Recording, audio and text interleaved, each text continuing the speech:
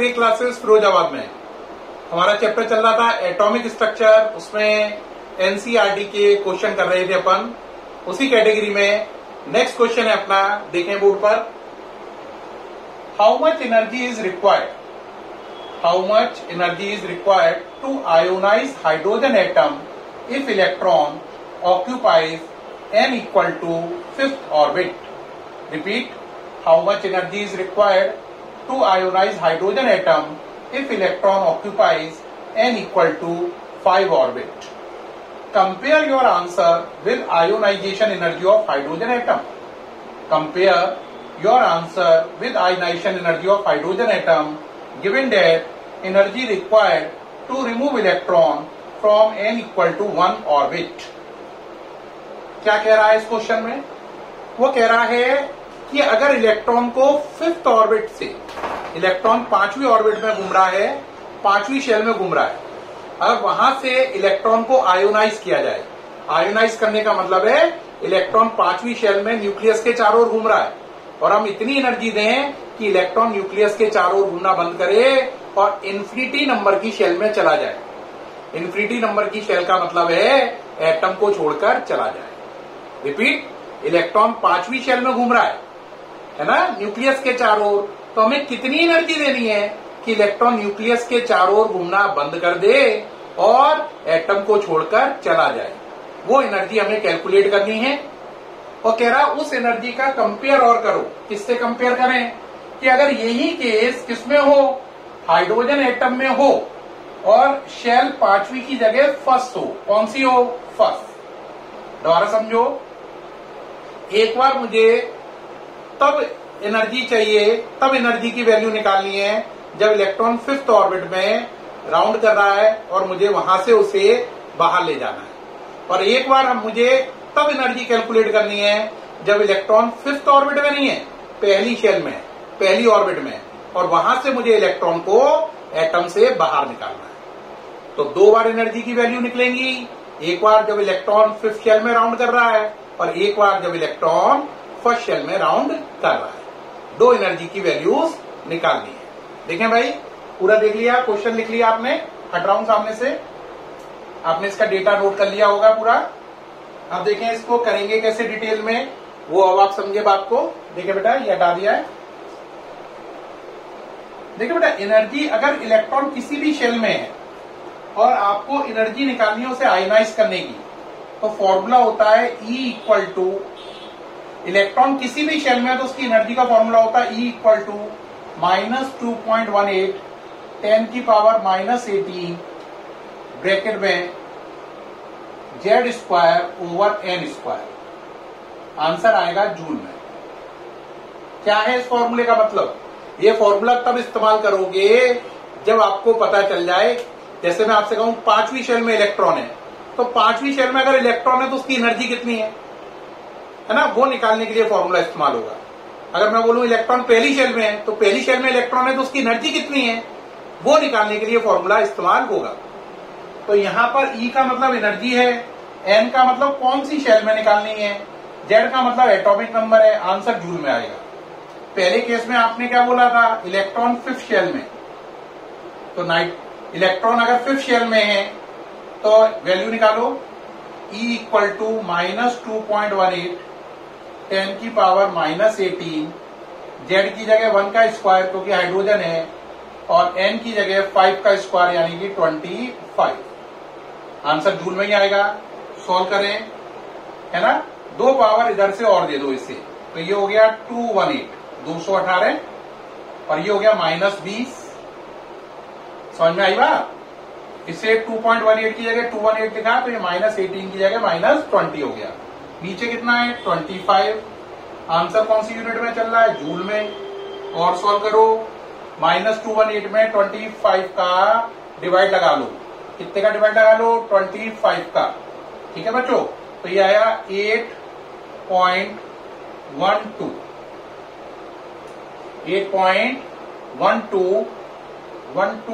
नहीं आएगा, 72 आएगा। 8 पॉइंट एग्जैक्ट डिवाइड दो, 25 8 218 7 टाइम हो गया लगभग। हाँ, -8.72 10 की पावर -20 क्या जूल। ये क्या निकल के आई, ये वो एनर्जी है जब इलेक्ट्रॉन फिफ्थ शेल में, इलेक्ट्रॉन कौन सी शेल में है, फिफ्थ शेल में, तो जब इलेक्ट्रॉन फिफ्थ शेल में घूम रहा है तो उस पर एनर्जी है माइनस का 8.72 10 की पावर -20। अब हमें क्या निकालनी है, आयोनाइजेशन एनर्जी। कैसे निकालें, डायग्राम देखिए अब आगे। देखिए बेटा, इसको मिटा रहा हूं पूरा, ये सारा नोट कर लिया।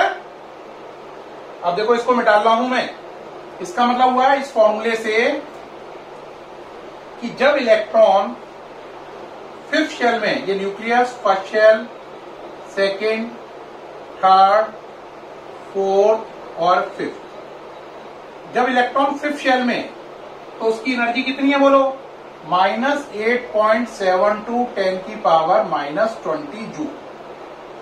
इतनी एनर्जी है ये इलेक्ट्रॉन की जो फिफ्थ शेल में न्यूक्लियस के अराउंड घूम रहा है। आपको इसे क्या करना है, आयोनाइज। आयोनाइज करने का मतलब है कि आप उसे इतनी एनर्जी दे दें जिससे उस पर जितना कर्जा चढ़ा है वो सब हट जाए।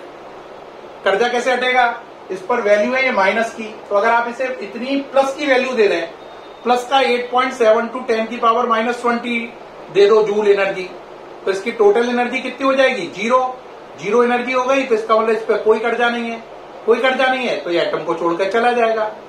ध्यान देना है, आयोनाइजेशन एनर्जी का मतलब वो एनर्जी जो इसे प्रोवाइड करने पर इसकी टोटल एनर्जी जीरो हो जाए। रिपीट, वो एनर्जी जिसे मैं किसी शेल में जो इलेक्ट्रॉन है उसे दे दूं तो उसकी टोटल एनर्जी जीरो हो जाए, वही आयोनाइजेशन एनर्जी है। फिफ्थ शेल में घूमते हुए इसकी एनर्जी कितनी है, -8.72 10 की पावर -20 जूल। तो आयोनाइजेशन एनर्जी कितनी हो गई, उसके लिए इसकी टोटल एनर्जी कितनी करनी है, जीरो। क्या करनी है, जीरो। तो आयोनाइजेशन एनर्जी कितनी हो गई, प्लस का 8.72 10 की पावर -20। अब आप अगर इन दोनों को ऐड कर लो तो टोटल एनर्जी कितनी आ जाएगी, जीरो हो गई। तो इलेक्ट्रॉन अब बाहर चला जाएगा, है ना। तो इलेक्ट्रॉन की एनर्जी घूमते समय इतनी थी, मैंने आयोनाइजेशन एनर्जी इतनी दी, अब टोटल एनर्जी जीरो हो गई और इलेक्ट्रॉन इसे छोड़कर चला गया। तो ionization energy in fifth shell कितनी हुई, ये। तो ये हमारा पहला आंसर आ गया कि जब इलेक्ट्रॉन को पांचवी शेल से निकालकर बाहर करना हो तो अगर हम उसे प्लस का 8.72 इंटू 10 की पावर -20 जूल एनर्जी दे दें तो पांचवी शेल से निकलकर बाहर चला जाएगा। ये आंसर ध्यान में जूल यूनिट में, कौन सी यूनिट में है, जूल यूनिट में ये आंसर है।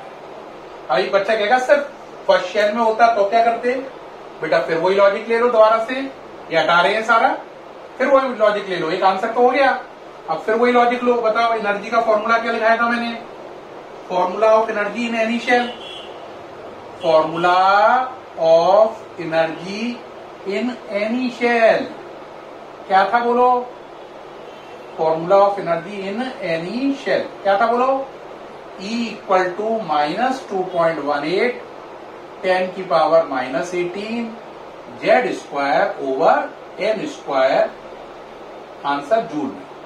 अब आपको कौन सी शेल मान रहे हो आप, फर्स्ट रखो बोलो, -2.18 10 की पावर -18, हाइड्रोजन के वजह से जेड की वैल्यू 1 और एन तो 1 है ही,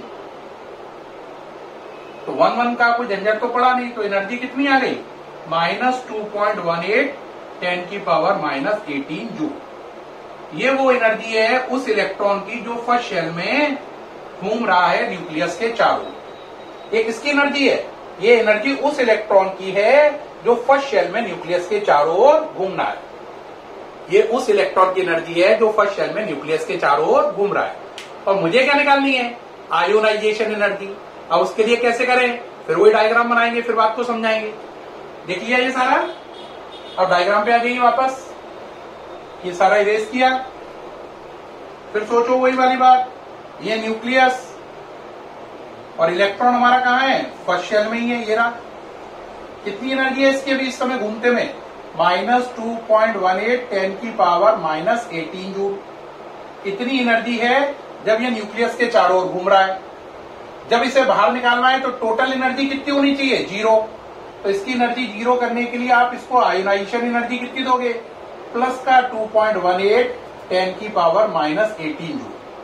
ये एनर्जी आप इसे दे दो, तो इतनी एनर्जी इस पे है, ये आपने दी, इन दोनों का सम करो कितना हो गया 0, सो ये बाहर निकल जाएगा। तो जो इलेक्ट्रॉन फर्स्ट शेल में घूम रहा है उसे आप बाहर से इतनी एनर्जी दे दो जितनी ये लिखी हुई है, इतनी एनर्जी उस पे थी, इतनी आपने दी, तो उसकी टोटल एनर्जी कितनी हो गई 0, और वो बाहर चला गया। टोटल एनर्जी 0 हो गई, तो इसका मतलब है आपने उसे इतनी एनर्जी दी। तो आपने कितनी एनर्जी दी 2.18 10 की पावर -18 प्लस का 2.18 10 की पावर -18 जूल एनर्जी दी। इससे ये एनर्जी आपने दी, ये उस पे थी, तो दोनों मिलाकर कितना हो गया 0। 0 एनर्जी होने का मतलब ही है वो एटम को छोड़कर चला गया। तो जब इलेक्ट्रॉन फर्स्ट शेल में है तो आप उसे प्लस का 2.18 10 की पावर -18 जूल एनर्जी गिफ्ट में दे दो, तो फिर वो फर्स्ट शेल में से निकलकर एटम को छोड़कर सदा के लिए चला जाएगा। ठीक है, तो 2 आंसर निकाले थे मैंने आयोनाइजेशन एनर्जी के। एक तो आंसर ये निकाला है जब फर्स्ट शेल वाला केस था, और जो पिछला वाला केस था तब आंसर था 8.72 इंटू 10 की पावर -20। तो 2 आंसर निकाले हैं, दोनों आंसर समझ में आ गए होंगे।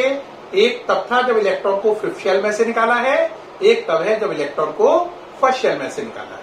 ये सामने से मैं हट गया हूं, डायग्राम से सारी बात क्लियर हो रही है उम्मीद है। ओके प्यारे बच्चों, ये न्यूमेरिकल कैसा लगा? उम्मीद है बहुत अच्छा लगा होगा, सारा समझ में आया होगा।